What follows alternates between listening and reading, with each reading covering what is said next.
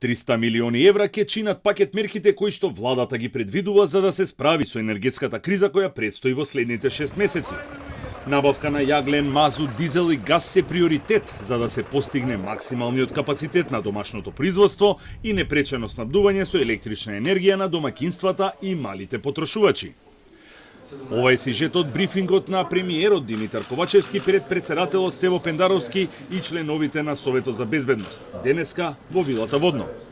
25% поголемо производство на струја е таргетот кон кој цели владата, а би се постигнал со рестартирање на третиот блок во Рек Битола и вториот котел во ТЕЦ Неготино, како и комплетна 24-часовна поддршка од ТЕТО.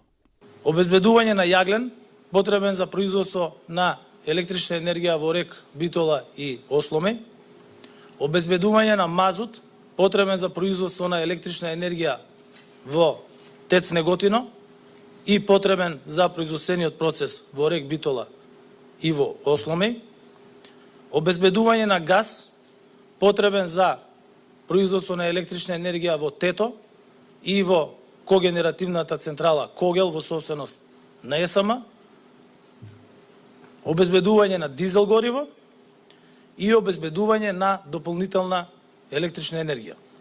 Меѓутоа, договор со ТЕТО се уште нема, а не е познато ниту колку мазут и јаглен е договорено да се набави и секако логистичката поддршка како воопшто би можело да се достави до Македонија. Ковачевски е дециден, рестрикции нема да има и затоа е овој план. Меѓутоа, многу услови ќе влијаат врз неговото остварување, а дел се и цените на енергенсите на светските берзи, кои се менуваат од час во час. Постојат ризици. Непредвидени испади на термоблоковите во Битола и Осломе заради апсолутната застареност на опремата, кои што се постари од 40 и 50 години. Непредвидливи ризици во цената на берзата на природен газ и електрична енергија до ниво на неиздржливост на цените во светски рамки. Она што е јасно е дека струјата која евентуално ќе се набавува од Бугарија, околу 5 гигавати дневно, ќе биде наменета за индустријата, како што беа барањата на бизнис заедницата и стопанските комори. Сепак, за цената по која ќе се купува, допрва почнуваат преговорите за да се издействува пониска од онаа на слободниот пазар.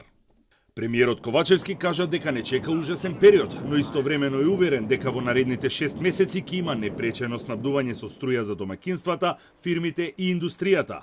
Работните места ќе се зачуваат и економијата ќе опстои, а субвенциите ќе го ублажат ударот врз буџетите на граѓаните.